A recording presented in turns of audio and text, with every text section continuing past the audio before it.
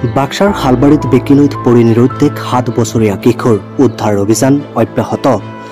বাক্সা জিলাৰ শালবাৰী মহকুমাৰ অন্তৰ্গত এলেঙামাৰী গাঁৱত এক হৃদয় বিদাৰক ঘটনা সংঘটিত হৈছে। স্থানীয় নিবাসী তাইপ আলীৰ 7 বছৰীয়া পুত্ৰ বেকিনৈত পৰি যোৱাকালি নিৰুদ্দেশ হৈ যায়। শিশুটি সন্ধিয়া নৈৰ কাষত খেলি থকা অৱস্থাত অচমকা পানীত পৰি নিৰুদ্দেশ হোৱা বুলি স্থানীয় লোকে সন্দেহ প্ৰকাশ কৰিছে। ঘটনাটোৰ পিছতে পৰিয়াল আৰু স্থানীয় ৰাইজৰ সহযোগত সন্ধান অভিযান আৰম্ভ কৰা হয়।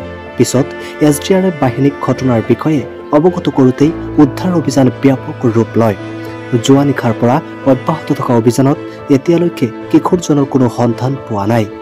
SDRFৰ উদ্ধাৰকাৰী দলটোৱে আজিও 3 ঘণ্টাৰো অধিক সময় ধৰি নৈৰ বিভিন্ন ঠাইত অনুসন্ধান চলাই যদিও শিশুটিৰ কোনো সন্ধান লাভ কৰা সম্ভৱ হোৱা নাই। স্থানীয় ৰাইজে শিশুটিৰ সন্ধানত উদ্ধাৰকাৰী দলক সহায় কৰি আহিছে। পৰিয়ালটোৱে কান্দোনত আৰু আকুলতাৰে কিশোৰজনৰ সন্ধান বিচাৰি আহিছে। ঘটনাটোৱে ইতিমধ্যে সমগ্ৰ অঞ্চলটোত এক শোকৰ ছাপ পেলাইছে। অন্যদিশে SDRFৰ সৈতে আৰক্ষী প্ৰশাসনে উদ্ধাৰ অভিযান অধিক তীব্ৰ কৰি তুলিছে। কিশোৰজন যাতে সোনকালে উদ্ধাৰ হয় তাৰ বাবে সকলোৱে আন্তৰিক প্ৰয়াস চলাইছে। ব্যুৰো ৰিপৰ্ট, পাব্লিক টক্স 24 নৰ্থ ইষ্ট। এইটো বৰ দুখ লগা কথা। এই সোণবাৰী গাঁৱৰে নিবাসী তাইপ আলী, তেওঁৰ একমাত্ৰ সন্তান ছাদিকুল ইছলাম, তেওঁৰ বয়স 7 বছৰ। তো কালি 3টামান বজাত এই নৈ পাৰতে খেলি আছিলে, ৰাইজে কৰিছে। তো হঠাতেই এই খেলি থকা অৱস্থাৰ পৰা নিৰুদ্দেশ হৈ আছে। আজিলৈকে আজি এই সময়লৈকে এতিয়ালৈকে উদ্ধাৰ বিচাৰি পোৱা নাই। তো ৰাইজৰ সন্দেহ জাগিছে যে নিশ্চয় নৈ পাৰত খেলি থকা অৱস্থাত আছিলে, তাৰ পৰা নিৰুদ্দেশ হোৱাৰ কাৰণে নৈত পৰি মৃত্যু হৈছে যেন এনেকৈ অনুমান কৰিছে।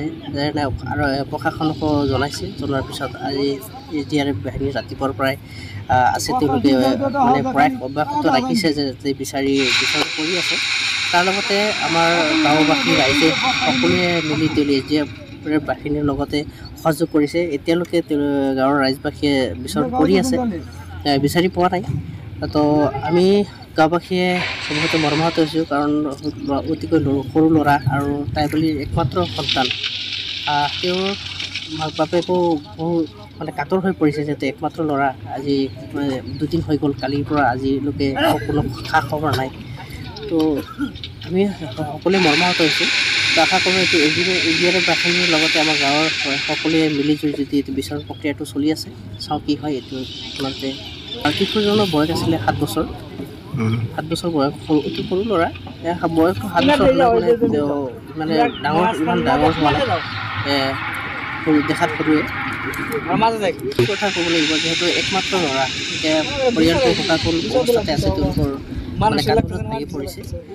যাৰ কাৰণে ৰাইজেও ওলাই আহিছে যাতে তেওঁ এটা পৰিয়ালৰ এটা সান্ত্বনা দিব পাৰে, সান্ত্বনা দি আছে যাতে, আৰু বিচাৰি ওলাই যাতে এটা সমাধানৰ সৃষ্টি কৰিব। যিহেতু এতিয়া এটা ঘটনা হৈ গৈছে, এতিয়া তো যদি বাই চান্স কিবা কাৰণে যদি আমি মৃত্যু হোৱা বুলি এটা অনুমান কৰিছোঁ, এতিয়া সঠিক ক'ব নোৱাৰোঁ মৃত্যু হৈছে নে নাই। যিহেতু নৈ পাৰত খেলি আছিলে, সেইটো হিচাপত আমি অনুমান কৰিছোঁ যে মৃত্যু হৈছে। তো সেইকাৰণে ৰাইজেও আহিছে, সকলোৱে ওলাই আহিছে। ৰাতিপুৱাৰ ভাগত প্ৰায় 2-3 হাজাৰ মানুহ ইয়াত আহিছিলে। সকলোৱে SDRF বাহিনীৰ যিমান সহায় কৰিব লাগে, সহযোগিতা কৰিবলৈ কৰিছে। আৰক্ষী প্ৰশাসনৰ বিষয়া ইয়াতো উপস্থিত আছে। আমাৰ গোবৰধনা থানাৰ আৰক্ষী ছাৰসকলে এতিয়ালৈকে উপস্থিত আছে ইয়াতে। বিচাৰৰ প্ৰক্ৰিয়াটো এতিয়ালৈকে অব্যাহত আছে।